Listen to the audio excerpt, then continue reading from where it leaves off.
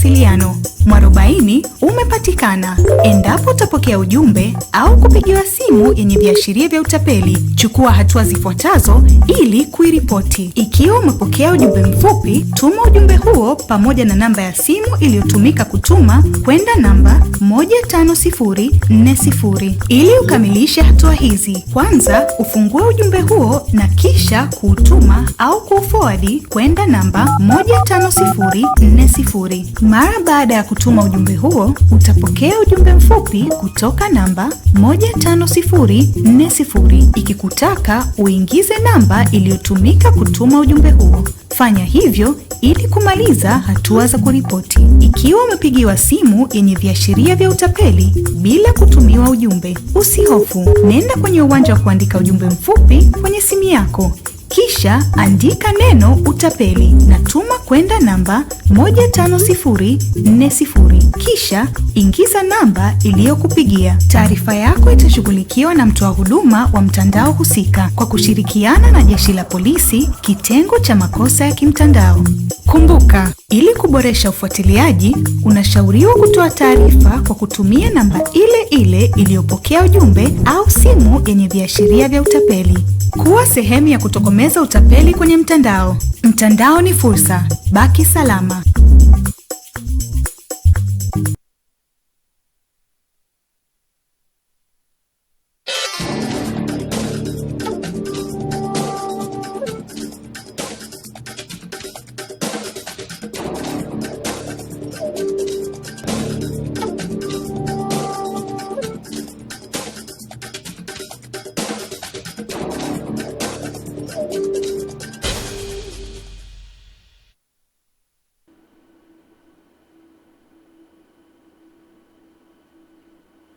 Naam, ni siku nyingine ya tarehe 7 ya mwezi wa 4 mwaka 2026. Habari ya asubuhi, ama kwa hakika ni saada na sudi, yani bahati iliyo njema kuweza kuiona siku ya leo. Mtazamaji, tukushukuru sana wewe kwa kuweza kuamka na sisi na kuungana kupitia Baragom Live kupitia channel 10 kilicho bora kabisa, na nikupe hongera kwa kuweza kusherekea sikukuu ya Pasaka kwa amani na utulivu kwelikweli, kwa sababu hilo ndio jambo la msingi. Katika utulivu ndio watu wanaweza wakasherekea siku yao kwa amani. Basi utulivu na amani hii tuendelee kuidumisha. Mimi ni Emmanuel Mwakapotela, lakini pia tuko na Emily Lazarus, lakini pia katika mwanzo tayari tumeshamwalika Omari Punzi. Huyu ni mchambuzi wa masuala ya siasa na maendeleo hapa nchini Tanzania. Tutakwenda kuzungumzia miaka 54 bila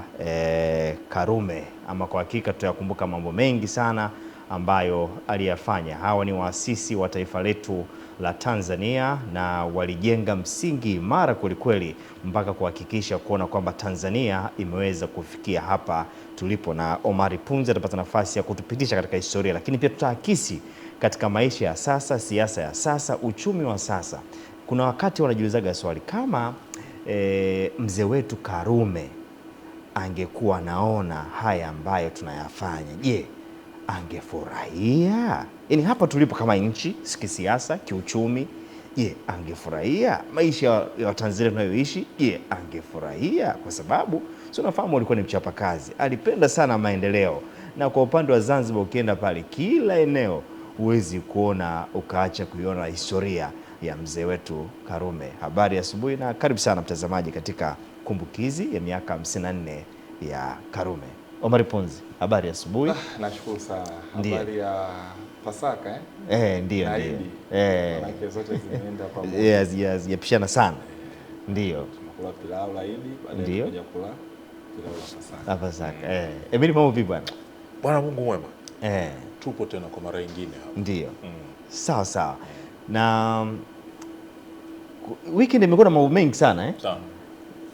Mko salama? Lakini tuko salama kabisa. Au unaogopa kuguswa? Sijatoa nafasi ya mtu kunishika bega. Na sisemi naamini hivyo vitu, siamini, lakini sijafanikiwa kushikwa bega weekend hii. Japo nilikuwa nimechangamana na watu pia. Kila kitu kiko sawa. Ni mambo ambayo yameleta taharuki sana. Omari Punzi, nadhani unafahamu. yameleta taharuki, lakini pia kwa taarifa ambazo tumezipata kwa kule Songwe kuna vifo ambavyo vimejitokeza mara baada ya hii taharuki kuweza kujitokeza, kwa sababu mara ya kwanza ilikuwa tunajiuliza mambo imekuwaje hivi na hivi, lakini wenye mamlaka ya kutoa hizi taarifa wameripoti kwamba hizi ni mambo ambazo hazipo, ni taharuki tu ambayo watu wamekuwa wakitoa. Si umenipata vizuri Lakini ukiangalia mitandao huko ni mambo mengi kulikweli yanazungumziwa. Sasa hizi mtu anaweza kumshika bega, unajua mtu, sisi utamaduni wetu sisi, mtu anaweza kushika mkono, mtu anaweza kushika bega kuonyesha ishara ya upendo. Si umenipata vizuri salamu wakati mwingine. Sasa wakati mwingine fikra za watu tunapeka ndivyo sivyo, lakini tumeona haya ambayo kutokea, tumeshuhudia Kimara pia watu wamepigwa, lakini kubwa zaidi nadhani tuache tabia ya kuchukua sheria mkononi. Na hicho ndio kitu kibaya kama zaidi. Ukiona na niwape siri, ulimwengu wenye nguvu watauteka ulimwengu. Hapa kwa turudi kidogo kwenye mambo ya imani hapa. Umenipata vizuri? Wenye nguvu kwamba watateka ulimwengu haina maana nguvu za kupigana. Jambo ambalo moja la nguvu za kiimani, pambana na nguvu za kiimani. Maombi yanahitajika sana. Kwanza tumetoka kwenye mwezi wa Ramadhani. Ndio. Tumetoka katika mwezi wa watu wa Kwaresma. Cha ajabu kweli, funga zetu hizi hazikuwa za maombi mazuri mpaka likaibuka jambo ambalo kama hili. Mimi najiuliza kweli, wote tulikuwa kwenye mifungo mwezi wa Ramadhani. Tulikuwa kwenye toba. Yaani mwezi mzima siku 40 watu walikuwa kwenye nini? Kwenye toba. Kama shetani akawa tuangalia hivi. Yaani limeibuka kitu ambacho jamani, imani kweli, wote tulikuwa kwenye imani, kwenye maandalizi ya kufundishwa. Sio nzuri na kujichukulia hatua za kisheria za sio vizuri. Kuna watu wengi wamepata matatizo. Watu wamepigwa, wamefanya nini? Kuna vijana nilitamani kuwauliza nilipoona ile video ya Kabwe Mbeya. Mtu ametoka na pikipiki yake tu kapaki, anaanza kupiga. Nini eti ameshika ametoa nyeti, umeziona? Afu umetoka huko na pikipiki umepaki unaanza kupiga mtu. Kweli? Si umenipata vizuri Kwa hiyo unajua ndio maana nijaribu kuangalia haya mambo ya kiimani, hizi nguvu za kiimani hazipambani kwa kupigana kwa ngumi au kwa kushikana nini mapanga. Kila mtu ana kile ambacho anakiamini. Hapa hatumwambii unaamini nini, amini hiki, hapana. Au unasema Bwana Omari, nchi yetu na uhuru wa kuamini kila mtu anavyoamini. Lakini katika muktadha huo, kwa mambo haya ambayo yakijitokeza, fahamu ya kwamba nenda kapambana nayo kiimani, kwenye imani yako wewe mwenyewe. Si umeelewa? Sasa unampiga unamuua, haya kama ndio kweli, sasa vipi bwana? Na kitu kibaya zaidi, tukatoka katika mafundisho ya dini tukaamini mambo ya kishirikina, tusijui tuvae nini. Yaani tumetoka kabisa katika imani za kidini kabisa. Ile ni dalili ya hatari zaidi. Sawa. Bwana, kama ambavyo tumezungumza kwamba leo hii ni kumbukumbu ya miaka 54 ya hayati Abeid Amani Karume, na ni kiongozi ambaye aliweza kuitumikia nchi yetu vizuri, aliyotumikia vizuri wa Zanzibari. Lakini kwa kwanza Omari Punzi, si vibaya ukatupitisha, wanda kuna vijana wanatazama sasa hizi, Abeid Amani Karume ni nani? Karibu. Kwanza leo ni siku ambayo tunasema ni ya huzuni kwa upande wa Tanzania kwa ujumla, kwa sababu muasisi wa Zanzibar pamoja na muungano ametutoka. Labda ni kwa faida ya vijana wasikilizaji, Karume alizaliwa tarehe 4 mwezi wa 8 mwaka 1905. Ni tarehe ambayo ndiyo Kinjekitile Ngwale alokufa. Yaani mwezi sawa. Ukiona kiongozi amezaliwa, sisi wana diplomasia au wachambuzi, ukimwona mtu anazaliwa tarehe ambayo ya kiongozi mkubwa naye katika mapambano anakufa, huyo tunamchukua kama ni simba, yani ni mpambanaji. Kwa sababu tarehe 4 mwezi wa 8 ya mwaka 1905 Kinjekitile Ngwale, nadhani unamfahamu, alikufa, na ndipo ambapo Karume alizaliwa. Kwa hiyo kukua kwake mpaka nafika mwaka 1917 alivyoanza kutaka kwenda kufanya kazi katika meli, alienda akiwa na miaka 14, alikataliwa. Baada ya kukataliwa alirudi tena mwaka 1922, akapata faida, akaajiriwa katika shirika la la Kiingereza la katika meli za Kiingereza. Aliweza kufanya kazi za ubaharia na alizunguka nchi takriban 50 na kitu. Katika umri wake wa miaka 20-30 alizunguka nchi takriban 58. Ndio. Kabla ya mwaka 1938 mama yake Bi Amina kumwambia aache kazi ya ubaharia baada ya nchi kuingia katika nadhani 39 ndio vita vya pili vya dunia. Kwa mama yake alimshauri aache kazi ya ubaharia kwa sababu 38 nchi nyingi zilikuwa zinajiandaa kuingia katika vita ya pili ya dunia. Ndiyo. Kutokana na hali ya usalama Karume akaamua sasa kuacha nini tunasema hali ya ubaharia. Lakini katika miaka hiyo alijihusisha na kazi. Karume alikuwa ni mtu wa kazi. Ndiyo. Ni mtu mpambanaji, ndio maana miaka 20 alishazunguka nchi takriban 50 na kitu akiwa kijana aliheshimu kwenye kazi. Yani unaziona hizi nchi zote Italiano, Belgiji zote kagusa. Sawa. Sisi tunaelewana. India miaka midogo tu 20 lakini ameshagusa miaka nchi zote. Sasa aliingia kwenye harakati za kupambania taifa lake ambalo ni Zanzibar, kwa sababu alikuwa mwana majumui mkubwa tu katika kipindi cha mwaka 1945 baada ya vita vya pili vya dunia. Aliona kuna haja sasa kuanza kuitetea nchi yake ya Zanzibar.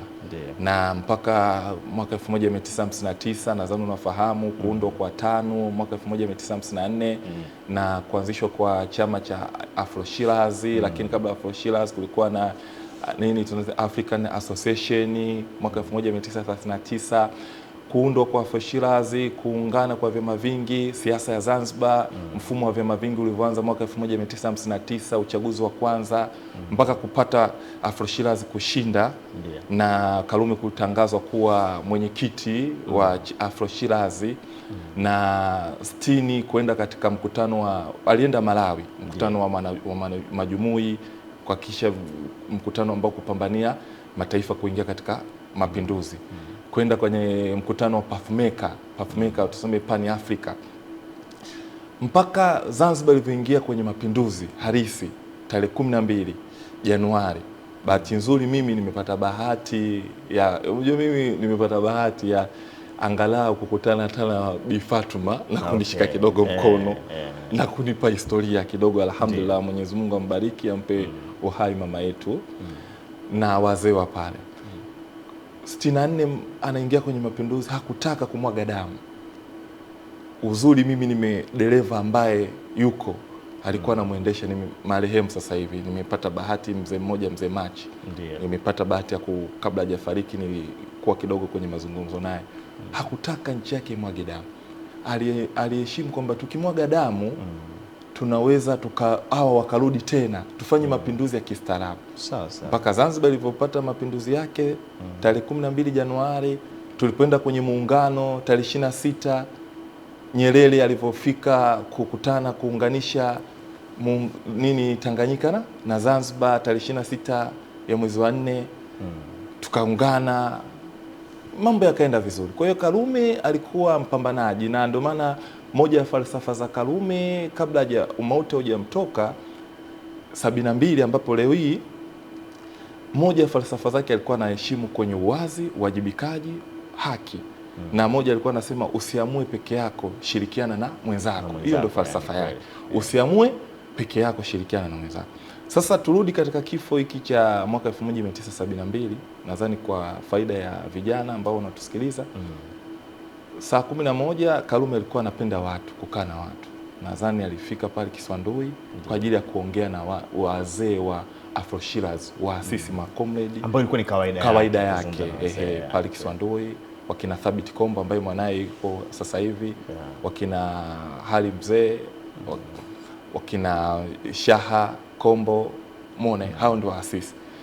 Sasa alipofika pale wakati anacheza Zuma, tunasema dama lile, majira ya saa 11, wakati anacheza pale Zuma akiwa na waasisi kama 6 akizunguka nao, akiwa nadhani aliyecheza bao akiwa na Shaha Kombo, alimshinda. Baadaye akamwambia mzee Mtoro ajiandae ufate. Maanake baada ya kumshinda Shaha kwenye bao alimwambia mzee Mtoro, nawe jiandae sasa nije kukufunga. Mzee Mtoro akasema, mimi kabla hujanifunga kwanza niende nikajiandae kwenda chooni, nikirudi nije kukufunga vizuri, kwenye utani.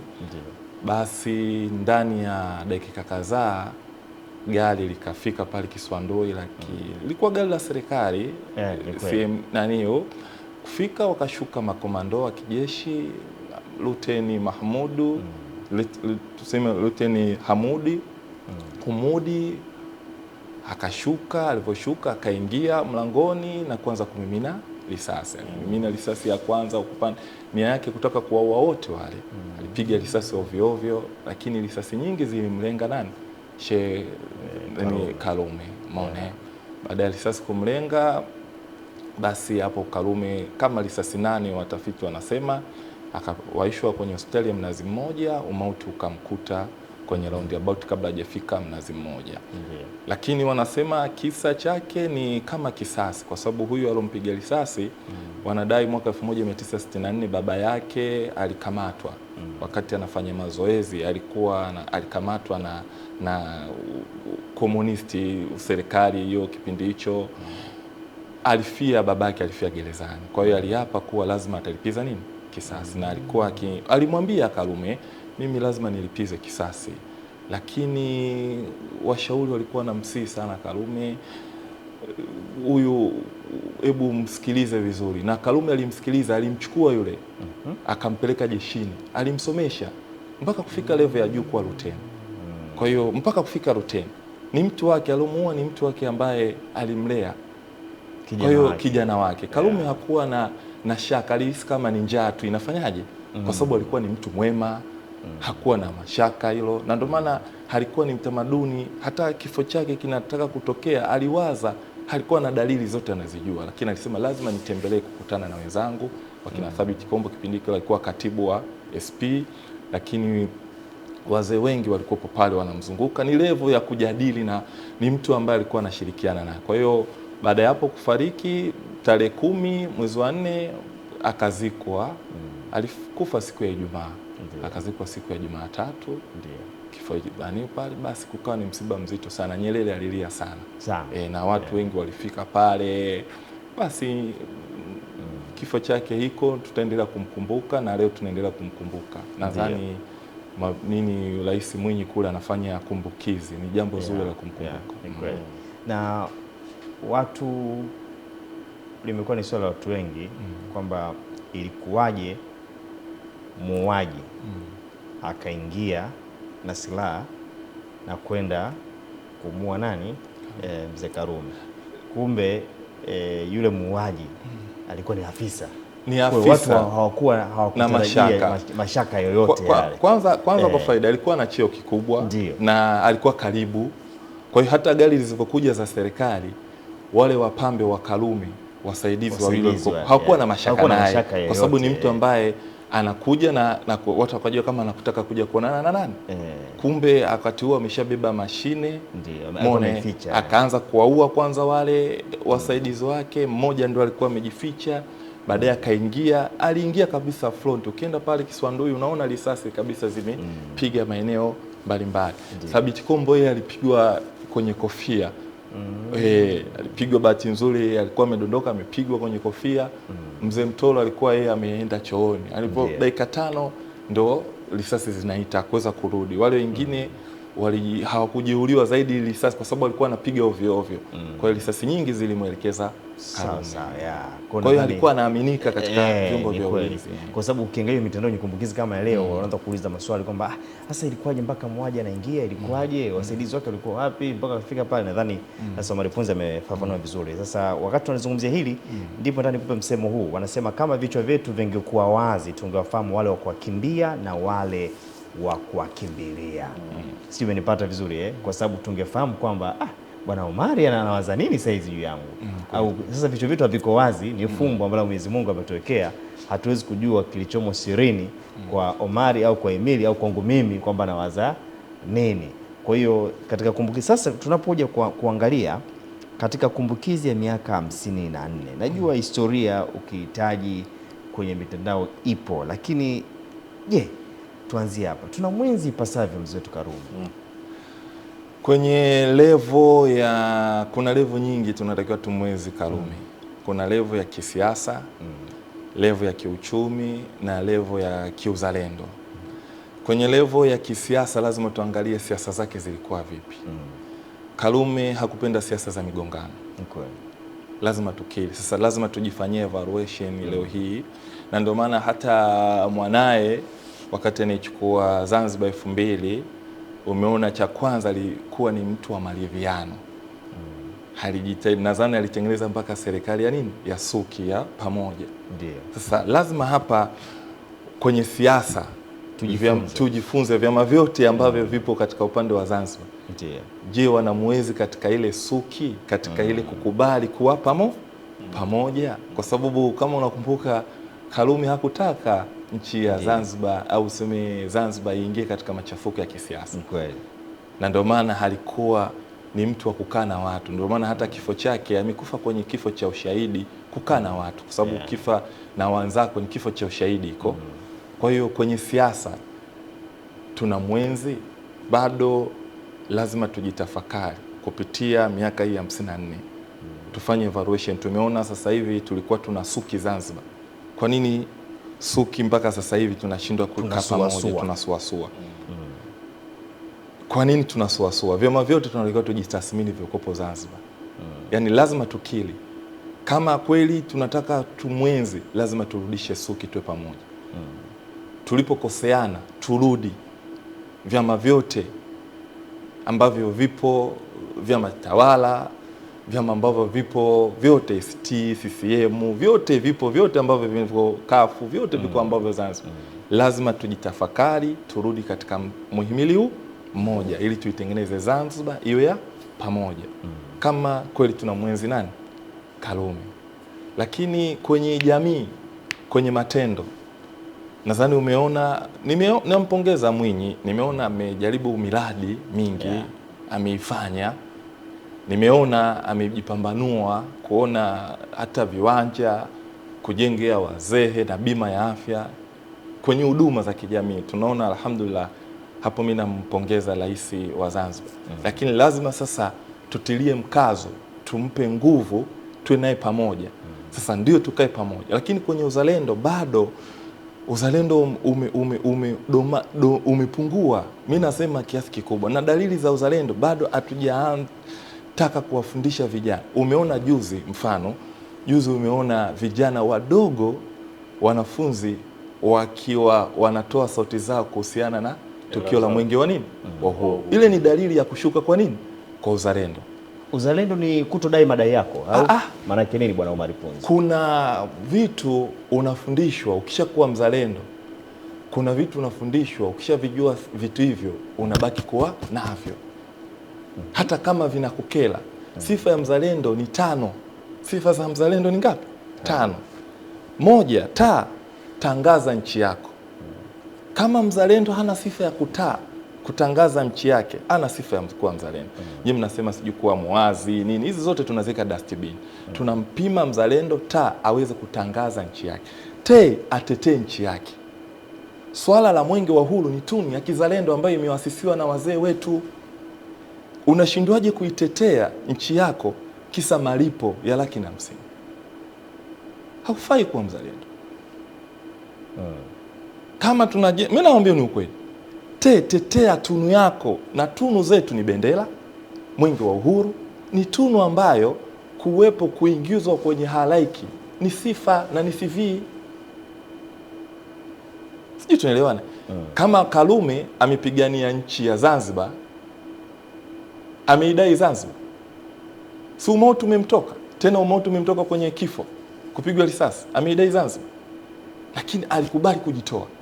Sasa wewe leo hii umeingizwa kwenye tunu ya taifa, vijana wadogo wanaenda tunu ile, wanafundishwa uzalendo, namna nchi, historia nchi ilipofanyaje, ilipotoka, na bado serikali ikasema tunawalipa.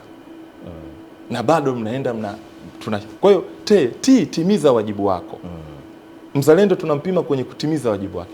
Toa ushauri na tubu pale unapokosea. Sasa je, tunawapima hapa vijana hapa kwenye uzalendo? Kwa hiyo bado kiwango cha uzalendo vijana wengi sasa hivi, ndio maana umeona, ndugu yangu, nataka nikwambie, tuzo zimekuwa nyingi. Sasa hivi umeona tuzo zimekuwa nyingi. Wakina Karume hawajawahi kupata tuzo, yani umri wao. ukiona sasa hivi vijana wengi wanafurahia kupata tuzo, na tuzo nyingine zinatoka hata zistahili kupewa nini tuzo. Hizo ni dalili za kushuka kwa nini, kwa uzalendo. Show off, vijana wengi sasa hivi wamekuwa ni show off kwenye mitandao. Watoaji wa tuzo wamekuwa wengi sana. Wakina Karume, kila familia itaanza kutoa tuzo. Wakina Karume hawajawahi kupata tuzo zozote. Nataka nikwambie, na kushuka kwa uzalendo ni dalili za tuzo kuwa nyingi. Sawa. Mimi nakwambia niko hapa. Hata atuombei tuzo na wala tustahiki kupata tuzo. Kwa sababu mpaka upewe tuzo umeipatia nchi heshima kiasi kikubwa sana. Sawa. Tuko na Omari Punzi ambaye yeye ni mchambuzi wa siasa na maendeleo hapa nchini Tanzania. Tunazungumzia kumbukumbu ya miaka 54 bila Karume. Tumeelezea historia yake, lakini pia tunaakisi katika maisha ya sasa katika nyanja mbalimbali, uchumi, siasa na maisha ya vijana ya sasa, kama ambavyo tumezungumza kwamba harakati hizi mzee wetu Karume alizianza akiwa kijana kabisa, akiwa na nguvu katika kupambania nchi yake. Na kuna story moja tutazungumzia baadaye katika simulizi kwenda Zanzibar kule. Nilikuwa najaribu kuangalia, nikagundua hawa wazee wetu hawakuwa binafsi. Vijana wa sasa ni wa binafsi sana wa madaraka. Kuna wakati mwingine unaogopa hata kumvuta ndugu yako asogee karibu na wewe, au rafiki yako asije kachukua nafasi yangu. Walikuwa wanazungumza na mzee baba wa taifa Nyerere na mzee Karume. Sasa tunabidi tuungane. Nani atakuwa rais wa kwanza wa Jamhuri ya Muungano wa Tanzania? Karume kupepesa macho akamwambia Nyerere atakuwa rais wa kwanza. Yaani bila na kipindi tupate kwanza marudio siku njema, baadaye najua tuje kustakafia hili. Tutazungumza mambo mengi sana baadaye. Mtazamaji, mimi ni Emmanuel Mwakapotela, Omari Punzi yuko hapa, bila kumsahau Emily Lazarus, endelea kuwa nasi.